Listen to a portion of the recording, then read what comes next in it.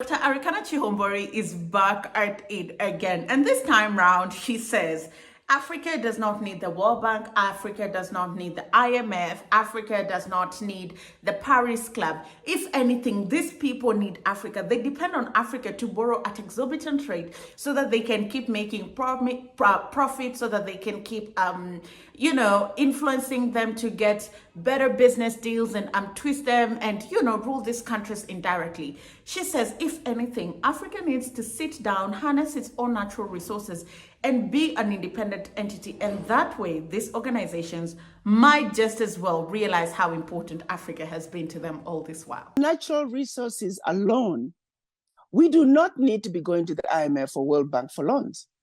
We have people who are picking up chunks of gold, chunks of lithium, chunks of precious minerals. If they were to be properly channeled, Africa does not need the World Bank.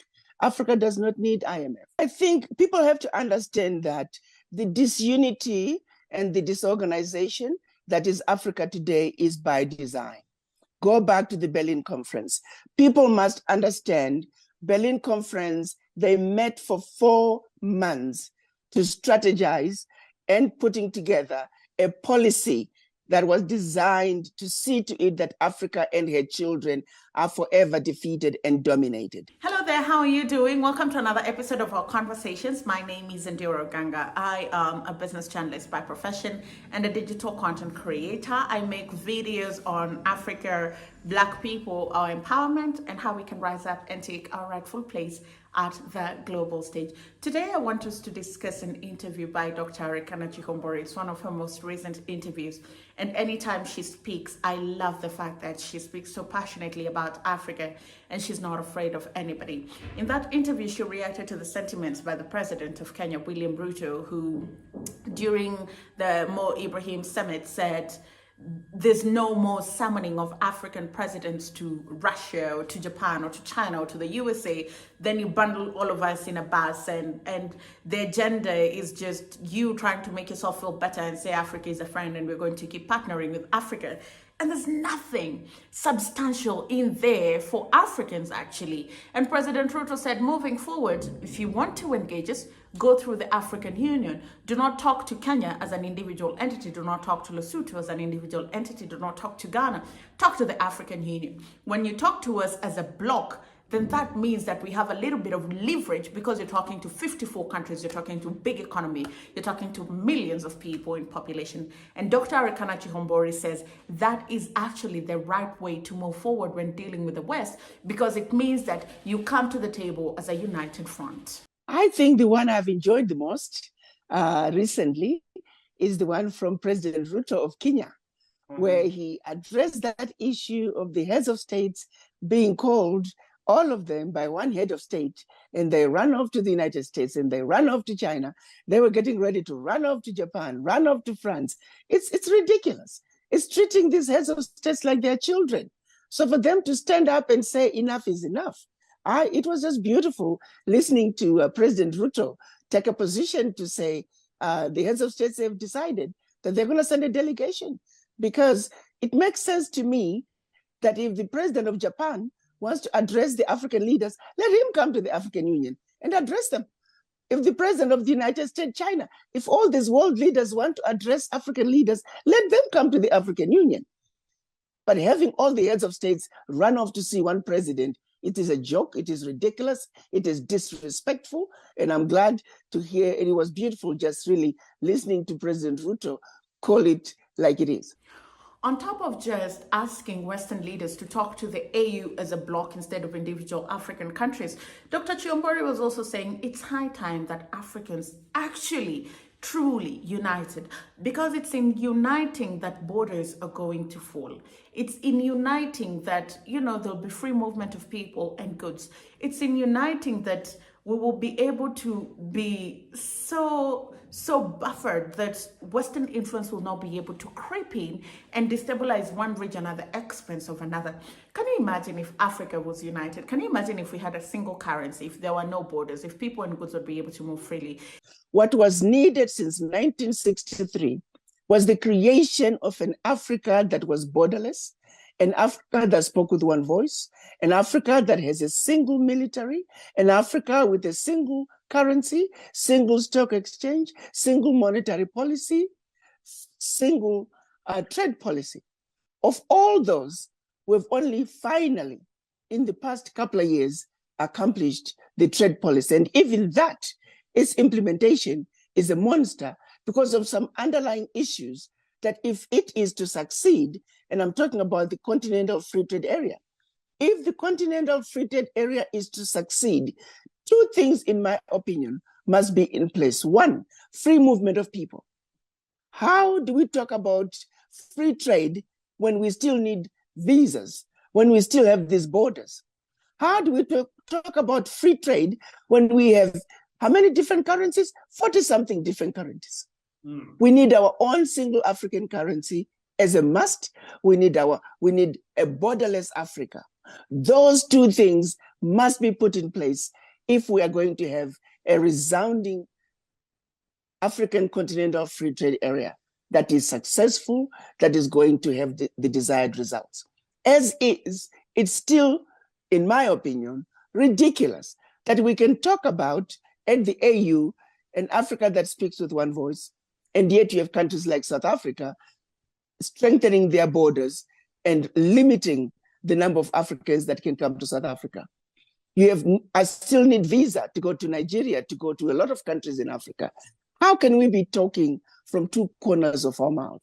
Either we have an Africa that is truly committed to true change, free movement of people is a must, a single currency is a must. I know it is a monster trying to navigate those terrain, but those are the building blocks that are going to lead to a successful trade policy. It is ridiculous that we're still sitting at around 15 to 20% intra-Africa trade. Something must be done to improve intra-Africa trade. Imagine if DRC, one of the countries on the continent that is richest in terms of natural resources, was a stable place in terms of peace and stability. Imagine if Sudan and South Sudan were stable. They have very huge oil reserves. Imagine if Zimbabwe was not going through its turmoils that it has been going through, and the leadership of that country was acting right. It's gold alone, its gold reserves. Imagine if Nigeria had a functioning system that had proper electricity, proper infrastructure. How far would Africa have been? You take, for example, the two biggest areas that can turn Africa upside down overnight, agriculture and mining. Our natural resources alone, we do not need to be going to the IMF or World Bank for loans. We have people who are picking up chunks of gold, chunks of lithium, chunks of precious minerals. If they were to be properly channeled, Africa does not need the World Bank. Africa does not need IMF. Agriculture, we still have the largest quantities of arable land. Over 65% of the world arable land is in Africa. You take the situation in Ukraine, a tiny little country like that. Look at how much Ukraine is importing to Africa. We don't need wheat from Ukraine. This is an opportunity for us to be totally self-sufficient. I was talking to a brother from North Africa, and he said, Ambassador, we would love to get all our agricultural products out of sub-Saharan Africa, but the logistics of getting the products from sub-Saharan Africa to North Africa are so difficult that it is easier for them to get their wheat from Ohio in the United States.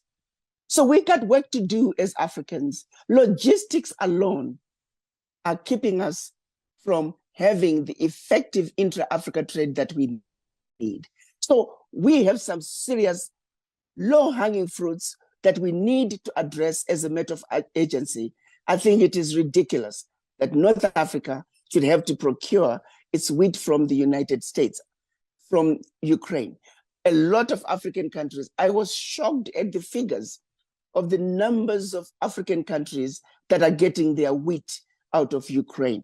I am shocked at the numbers of African countries that are importing chickens Mozambique is importing 92% of their chickens. Ghana, 72%. Zimbabwe, I thought they were doing better.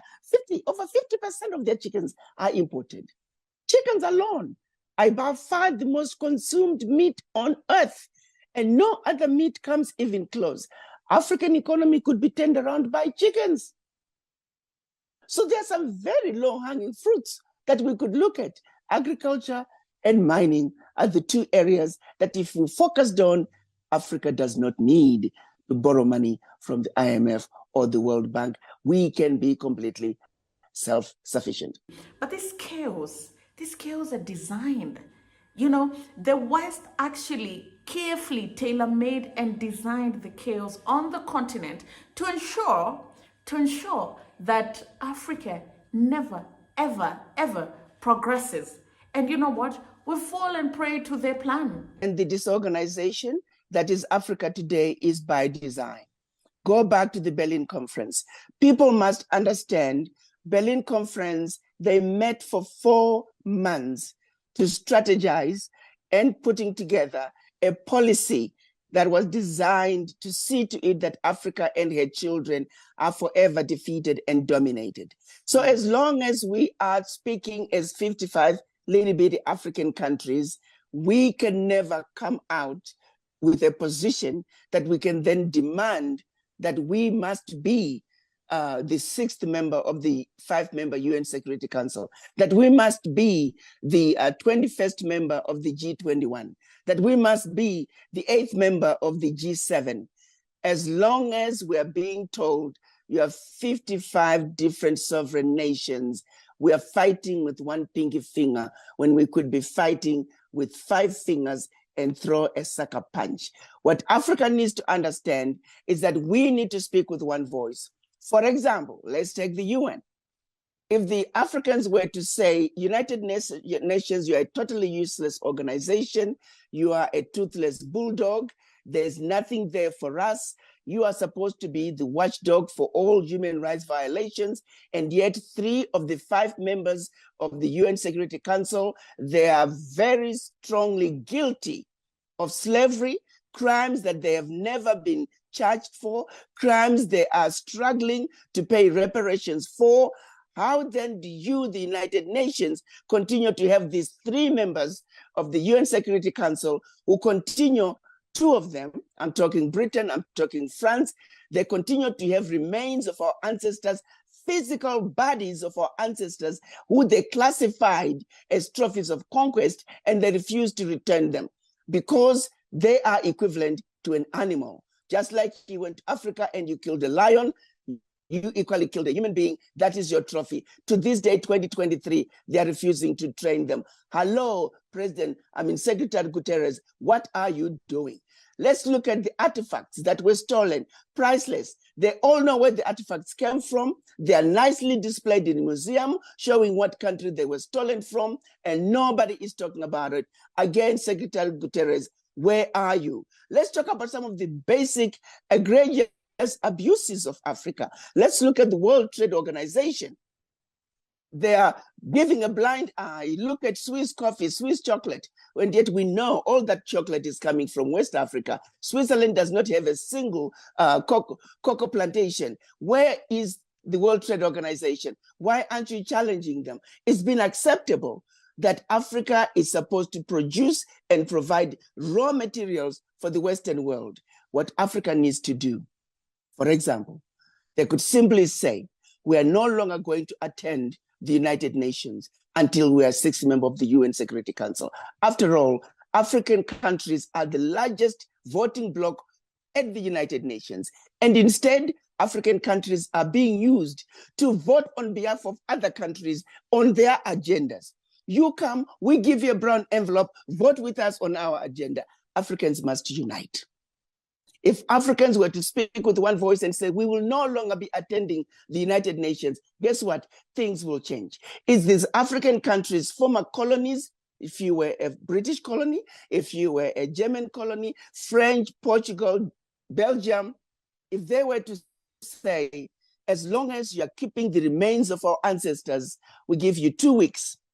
All your citizens in our countries, If you do not return our ancestors, if you do not return our artifacts, your citizens have 2 weeks to get out of our countries. Guess what? It is those citizens who are going to be calling their countries and demanding that they return those remains. How long do you think a thumb of a British soldier lasts in Zimbabwe? How long do you think a finger of a German soldier lasts in Namibia? How long do you think a hand of a Portuguese soldier lasts in Namibia? Not even an hour. They will storm into those countries, murder thousands of people just to recover that tiny little body part. But when it comes to Africans, we are to blame because we are not complaining about it. We are not raising Cain. Our behavior as Africans when it comes to certain issues is not normal. It's abnormal. What is being done to us, we are not reacting like human beings. No, I am no longer going to the goddamn United Nations, pardon my language, until you fix this. There's serious crimes being committed on Africa, serious abuses, blatant abuses of Africa that are being ignored. Well, that's all I had for you on this episode of our conversations. Let me know what you think about Dr. Arikana Chihombori and what she had to say. Comment down below if you agree or disagree or have anything to add on the conversation. I'll see you again next time.